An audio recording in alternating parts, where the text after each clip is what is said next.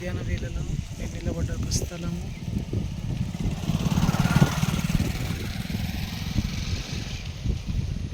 పచ్చని పొలాలతో ఎటు చూసిన పొలాలుతో వర్ధిల్లుచున్న స్థలంగా వాటర్, సమృద్ధి గల నీళ్ళు, సమృద్ధి గల పంటను కోసుకుంటున్న స్థలం దగ్గర నేను నిలబడ్డాను. అయితే దేవుని వాక్యంలో మనకు సెలవిచ్చినాడు కదా, నీ చేతి కష్టార్జితం మీరు తింటారని వాక్యం సెలవిస్తుంది. మీరు దేన్ని విత్తుతారో అది కోస్తారని దేవుని వాక్యం సెలవిస్తుంది. అదే రీతిగా విత్తుడు అప్పుడు మీరు పంటను కోసుకుంటారని వాక్యం సెలవిస్తుంది. కనుక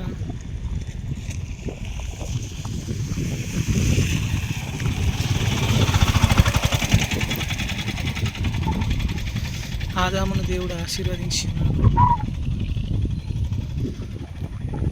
ఆది కాండంలో దేవుడు సెలవిచ్చిన రీతిగా మీరు ఫలించి అభివృద్ధి చెంది విస్తరించి భూమిని స్వాధీనపరచుకోమని దేవుడు ఇచ్చిన ఆశీర్వాదము బట్టి నరులు తన కష్టార్జితం చేత వర్ధిల్లినట్లుగా దేవుడు ఇచ్చినటువంటి కమాండ్స్ని, ఆర్డర్స్ని బట్టి మనుషులు వర్ధిల్లుతున్నారు భూమిపైన. ఇంకా కూడా అంటే అది కేవలం దేవుని కృప ఉంటుంది. కనుక ఇటు రీతిగా మనుషులందరూ ఫలింపబడి శారీరకంగానే కానీ ఆత్మీయంగా కూడా ఫలించబడి అభివృద్ధి చెంది విస్తరించి భూమిని నిండించి వీళ్ళు పరిపాలించినట్లుగా దేవుడు ప్రతి ఒక్కరిని ఫలింపజేసి నడిపించును గాక. ఆమేన్.